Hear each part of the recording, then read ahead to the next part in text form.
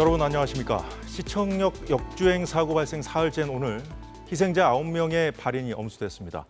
경찰은 현재 사고 차량 운전자에 대한 첫 피의자 조사를 진행하고 있습니다. 관련 소식 자세히 짚어보겠습니다. 자, 손수호 변호사 어서 오십시오. 네, 안녕하세요. 자, 먼저 오늘 오전에 희생자들의 발인이 진행됐죠? 네, 그렇습니다. 서울대병원 등을 비롯한 세 곳의 장례식장에서 이루어졌는데요. 우선 병원 용역업체 동료 그 3명에 대한 발인식도 엄수됐고요. 또 서울시청 소속 공무원들 역시 오늘 문구행렬이 서울시청사를 들러서 이제 마지막 길을 갔습니다. 또 승진 축하 모임을 위해서 모였다가 참배를 당한 은행 직원들의 발언식도 오늘 역시 엄수됐습니다. 예, 차량 운전자 지금 입원 중이어서 좀 늦어졌다고 지금 알려져 있는데 네. 지금 현재 조사가 지금 진행되고 있죠? 그렇습니다. 조금 전인 오늘 오후 3시경부터 조사가 시작됐다고 알려져 있는데요. 예. 갈비뼈 골절 등의 부상을 입었기 때문에 응급실로 갔다가 최근에 일반 병실로 옮겨졌기 때문에 이러한 조사가 가능한 것으로 보이고요. 예. 운전자는 계속해서 급발진 주장을 하고 있습니다. 그런데 사실 이 수사라고 하는 것은 처벌 여부를 가리기 위한 것이고요. 네. 또한 처벌 대상이라는 게 확인될 수도 있지만 또 반대로 처벌 대상이 아님이 확인될 수도 있는 것이거든요. 그렇다면 이 사건에서 지금 가장 중요한 것은 사고 원인이 무엇이냐. 그쵸. 이것을 따지는 네. 것이고요. 또 대체로 이런 자동차와 관련된 사상 사고가 발생한 경우에 크게 3가지로 볼 수 있습니다. 첫 번째는 고의적인 가해 운전, 자포자기 운전, 홧김 운전 등을 포함해서요. 예. 두 번째는 과실, 즉 실수에 의해서 사고가 발생했을 가능성이 있고, 또한 세 번째는 고의도 아니고 과실도 아니고 아무런 잘못이 없는, 예를 들어 급발진도 여기에 포함이 되겠죠. 도대체 이 사고의 원인이 무엇이냐 여부를 확인함으로써 예. 운전자에 대한 형사 책임 여부까지 가려야 되는 굉장히 어려운 숙제를 수사기관이 가지고 있습니다. 그래서 급발진 주장을 계속 할 것인지 아니면 그 진술을 좀 번복할 것인지도 관심인데 네. 근데 이제 동승자 아내가 경찰 조사에서 브레이크가 안 걸렸다고 진술을 했었잖아요. 네. 그런데 이제 언론에는 브레이크를 밟을수록 더 가속됐다는 주장도 폈더라고요. 네, 이 부분 굉장히 좀 중요해 보이는데요. 왜냐하면 꼭 이 사건이 아니라 예. 일반적으로 급발진을 주장하다가 조사 과정에서 번복하는 경우도 없지 않기 때문입니다. 예. 그리고 급발진이 무엇이냐, 대체로 원치 않는 가속, 그리고 또 제동 불가를 특징으로 볼 수 있는데 계속해서 브레이크 페달을 밟으면서 차를 멈추려고 했지만 그게 제대로 작동하지 않아서 이 사고가 발생했다면 급발진 가능성이 있는 거잖아요. 그쵸. 그런데 일반적인 경우와 조금 전 지금 자막으로 나온 그 대화가 약간 좀 다릅니다. 왜냐하면 계속해서 브레이크를 밟을수록 더 가속이 돼서 역주행을 했다. 예. 자, 이 이야기는 모든 어떤 이 자동차에 대한 조작이 제대로 이루어지지 않았고, 그리고 또 이제 기능이 뭔가 불완전했다라는 이야기보다는 자칫 이 페달을 착각해서 혼동해서 이 가속 페달을 브레이크 페달로 착각해서 밟았기 때문에 예. 밟을수록 더 가속이 된 거 아니냐. 그 브레이크를 가속 페달로 바꾸면 더 네. 말이 돼요. 네네. 그래서 예. 혹시 그런 착각의 정황을 보여주는 대화가 아닌가 싶어서 예. 경찰도 이 부분에 대해서 좀 집중적으로 뭔가 좀 추궁을 하지 않을까라는 생각이 듭니다. 그렇군요. 이 주장에 대해서 전문가도 반박을 했더라고요. 그렇습니다. 예. 이제 김필수 대림대 교수가 하는 이야기인데요. 급발진 시에는 브레이크를 밟아도 이제 목통이 될 수 있다. 이렇게 이야기를 했는데요. 예. 즉, 이 급발진의 경우에 일반적인 경우에는 아무리 밟아도 브레이크 페달을 밟아도 브레이크가 듣지 않고 차량에 아무런 영향을 주지 않는 경우가 일반적인데 오히려 어떤 특정 페달을 밟을수록 더 그에 따라서 가속이 됐다면 이거는 일반적인 급발진의 양상이 아니라는 취지로 해석이 됩니다. 자, 그런데 그 사고 차량이 이 질주하던 당시에요. 네. 브레이크 등이 켜지지 않는 그 모습이 담긴 블랙박스 영상이 공개됐거든요. 그렇습니다. 물론 이게 브레이크 등이 켜졌냐, 켜지지 않았냐가 굉장히 중요하거든요. 왜냐하면 브레이크 페달을 밟았는지 밟지 않았는지 여부를 보여주는 영상이 없기 때문에 브레이크 등이 들어온 걸 통해서 브레이크를 밟으려고 했는지 또는 밟았는지 여부를 추정할 수 있기 때문입니다. 간접적으로 그렇습니다. 보여준다는 거죠. 그래서 정말 브레이크를 열심히 밟아서 제동하려고 했지만 차량에 문제가 있어서 계속해서 가속이 됐다면 이거는 예. 급발진으로 볼 수 있는 거잖아요. 그래서 브레이크 등이 들어왔는지를 확인해야 되는데 당시에 그 영상 등을 보면은 또 야간이었고 네. 그리고 또 사실 아주 선명하지 않았기 때문에 네. 완벽하게 확인은 안 됩니다. 따라서 브레이크 등이 켜지지 않은 듯한 그런 모습을 가지고 모든 걸 다 지금 확인할 수는 없겠습니다만 그렇군요. 예. 어쨌든 브레이크를 밟았는지 여부가 굉장히 중요하기 때문에 여기에 대해서도 경찰이 다양한 영상 그리고 다양한 각도의 어떤 그 화면 등등 또는 목격자 진술 등을 종합해서 예. 브레이크 등 이제 점화 여부까지 확인을 해야겠죠. 브레이크를 밟았는지 여부를 또 한번 또 가늠해 볼 수 있는 또 하나가 바로 이제 바닥에 도로에 이제 타이어 흔적이 남았느냐 그 여부인데 이 스키드 마크라는 것이 없었다는 것이 경찰의 설명이죠. 그렇습니다. 사실 어제 오후에 브리핑을 통해서 이 노면에서 이런 그 제동 마크가 제동 자국이 있었다 발견됐다라는 이야기가 나오면서 예. 그렇다면은 이거는 급발진보다는 애초에 브레이크를 제대로 작동하지 못 밟지 않아서 또는 못 밟아서 제동이 안 됐다가 이후에 제대로 밟았기 때문에 급정거를 하면서 이런 마크가 남은 것이 아니냐라는 추정을 하게 되는데요. 예. 그런데 경찰이 또 입장을 바꿨습니다. 당시에 약간 좀 현장에 좀 혼선이 있었다. 처음에는 이런 그 스키드 마크라고 생각을 했지만 알고 보니 그게 아니라 여러 가지 차량에 있었던 뭐 유류라든지 이런 예. 것들이 노면에 이제 흘러나와서 있던 것이었는데 현장에는 스키드 마크는 없었다라고 말했고요.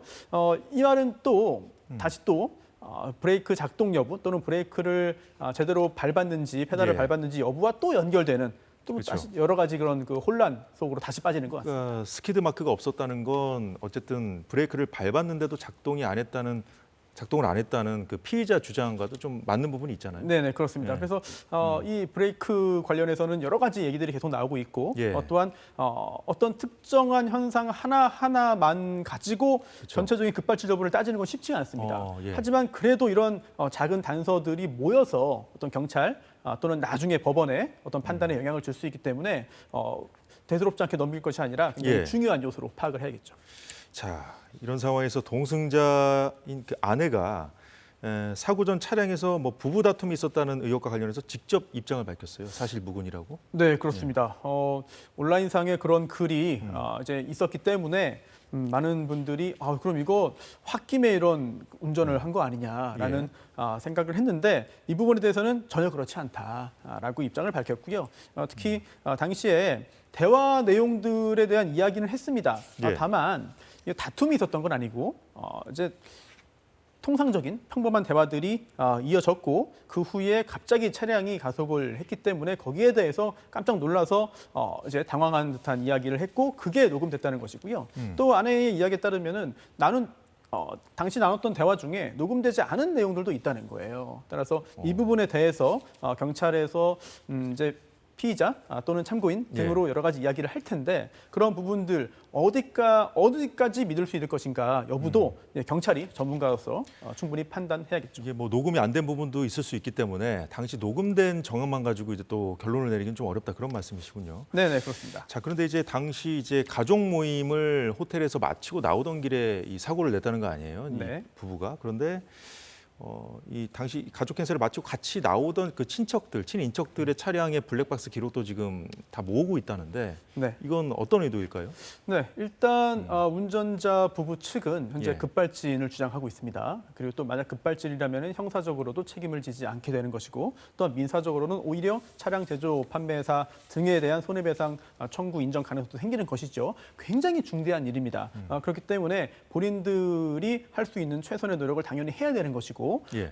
지금 수사는 진행되고 있어요. 그렇기 때문에 수사기관, 경찰도 여러 영상 또 많은 목격자 등의 진술들을 종합해서 실제로 당시에 어떤 일이 있었으며 이게 정말 급발진인지 여부를 판단하기 위한 최선의 노력을 다하고 있거든요. 예. 여기에 대해서 혹시라도 수사기관이 급발진이 아니라고 판단을 한다면 이 운전자의 형사처벌로 이어질 수밖에 없습니다. 게다가 정말 큰 피해를 야기했기 때문에 처벌 수위도 일반적인 경우에 비해서 높을 가능성이 있거든요. 예. 따라서 거기에 대한 대비 차원에서 본인들의 주장이 급발진 여부를 증명할 수 있는 그런 그 증거를 수집하기 위한 노력들을 하는 것으로 보이는데 다만 급발진이라고 하는 것이 단순히 주장만 한다고 다 인정되는 것은 물론 아니겠고요. 예. 또한 형사에서 방어할 때의 주장 그리고 또 민사 청구에서 본인의 주장을 입증해서 손해배상 판결을 받아낼 때 필요한 입증의 정도가 다 다릅니다.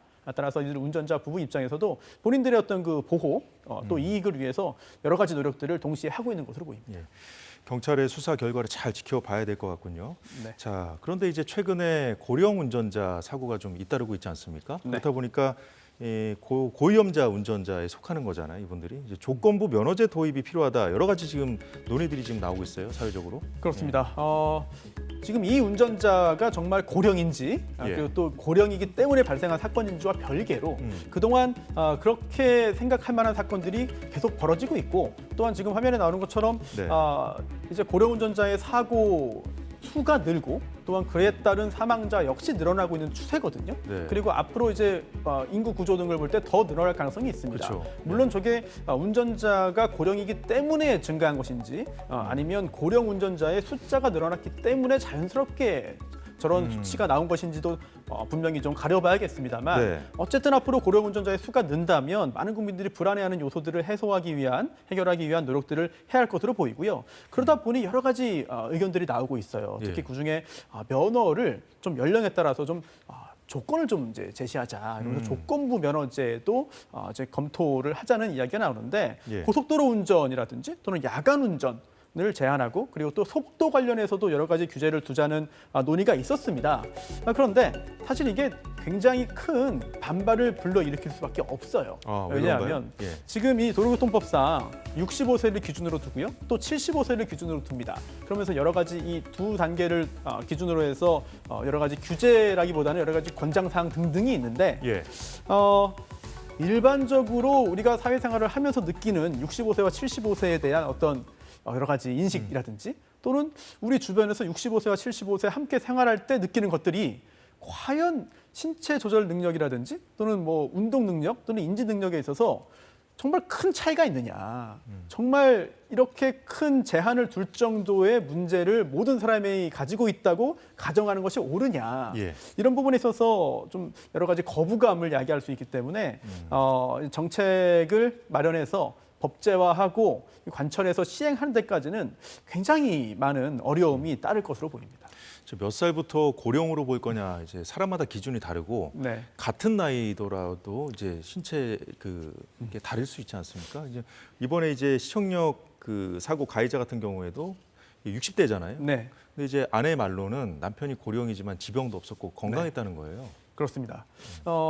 항상 이런 문제가 나올 때마다 이제 최고 연령 또는 최저 연령 다 마찬가지죠. 어찌 보면은 아니 중학생인데 성인보다 더 건장하다 이런 경우에도 어떤 소년으로 봐가지고 소년법 적용하는 것이 맞느냐 이런 얘기가 나오는 것처럼 정말 이 연령이라고 하는 것은 개인의 특성에 따라서 한 명 한 명 다 개별적으로 적용하는 것이 물론 타당성은 있겠습니다만 현실적으로 불가능하잖아요. 네, 그렇기 때문에 이런 연령을 설정을 해서 일률적인 기준을 두고 여러 가지 정책을 펼 수밖에 없는 현실적인 한계도 있는 것이고요. 예. 다만 이제 뭐 고령이라고 부르는 것도 참 죄송합니다만 고령자들이 예. 예전처럼 은퇴해서 그냥 사회생활을 하지 않는 것이 아니라 생업에 종사하는 경우도 많습니다. 그리고 또 그 생업 중에는 반드시 운전 자체가 업이거나 아니면 직접 운전을 하는 것이 그러한 생업을 유지함에 있어서 필수인 경우도 있거든요. 예. 그럼 그런 경우에는 어떻게 할 것이냐? 특별하게 다르게 규정할 것이냐? 아니면 일괄적으로 보아서 여러 가지 규제를 할 것이냐? 이 부분에 대해서도 사회적인 합의가 이루어져야 되는데 정말 앞으로도 많은 토론이 있지 않고서는 쉽게 결론 내기는 어려울 것 같습니다. 그렇군요. 자, 이번 사고를 통해서 우리가 이제 사실 인도와 도로 사이에 가드레일이 네. 설치되어 있지 않습니까? 근데 이게 어느 정도는 좀 사고가 나는 그런 상황에서 네. 좀 버텨줄 거라고 믿었는데 이게 그냥 종이처럼 그냥 다 네. 부셔져 버렸어요. 네. 그래서 보완하는 방안도 지금 긴급히 논의 중이죠. 그렇습니다.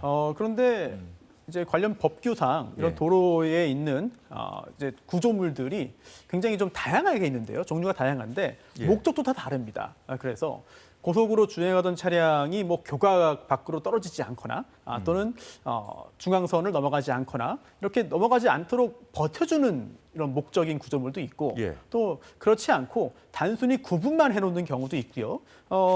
이 사건의 경우에도 지금 화면에 나오는 저 가드레일이 실질적으로 차량을 막는 용도라기보다는 예. 이제 보행자들이 무단횡단을 하지 않거나 또는 이제 그 차도 쪽으로 넘어가지 않도록 하기 위한 목적의 구조물입니다. 그러다 보니까 이제 차량이 굉장히 빠른 속도로 달려들었을 때 예. 멈추는 그런 기능 자체는 애초에 설정되어 있지 않았던 것이죠. 그러다 보니 애초에 목적에 따라서 다 기능이 다르다는 부분들을 일단 염두에 둬야 될 것이고 예. 또 설령 그렇다 하더라도 어디에서든 저런 사고가 발생할 수 있는데 그렇다면 이왕 설치하는 거 네. 좀 더 기준을 더 강화하고 좀 더 실질적으로 이제 시민들의 안전에 도움이 될 수 있는 재질로 만드는 것이 좋지 않겠느냐라고 예. 하는 의견도 이번 사고 이후에 다시 나오고 있습니다. 용도가 다르다면 전반적으로 좀 기준을 높이는 그렇습니다. 필요가 좀 있다는 말씀까지 잘 들었습니다. 이제 가해 차량이 역주행한 도로는 이 평소에도 역주행하는 차량이 종종 있었던 곳이라고 합니다. 예, 서울시가 일반 통행 도로에 대한 전수조사도 할 거라고 하는데요. 사고를 야기할 수 있는 이 환경을 개선하는 것도 시급해 보입니다. 자, 손소 변호사, 다음 소식 볼까요? 네, 이번 소식은 아파트 관련된 이야기인데요. 네, 용인 수지에 있는 한 아파트입니다. 근데 이 아파트에서요, 굉장히 큰 사고가 벌어졌습니다. 지금 화면 보시면은요, 지금 예. 저게 어떤 상황인지 잘 이해가 잘 안 될 수 있는데요. 저 아파트 예. 네, 공동 현관 들어갈 때 위에 지붕이 있잖아요. 예, 예. 그래서 그 지붕이 절반이 뚝 이제 구부러진 겁니다. 뚝 떨어진 거예요.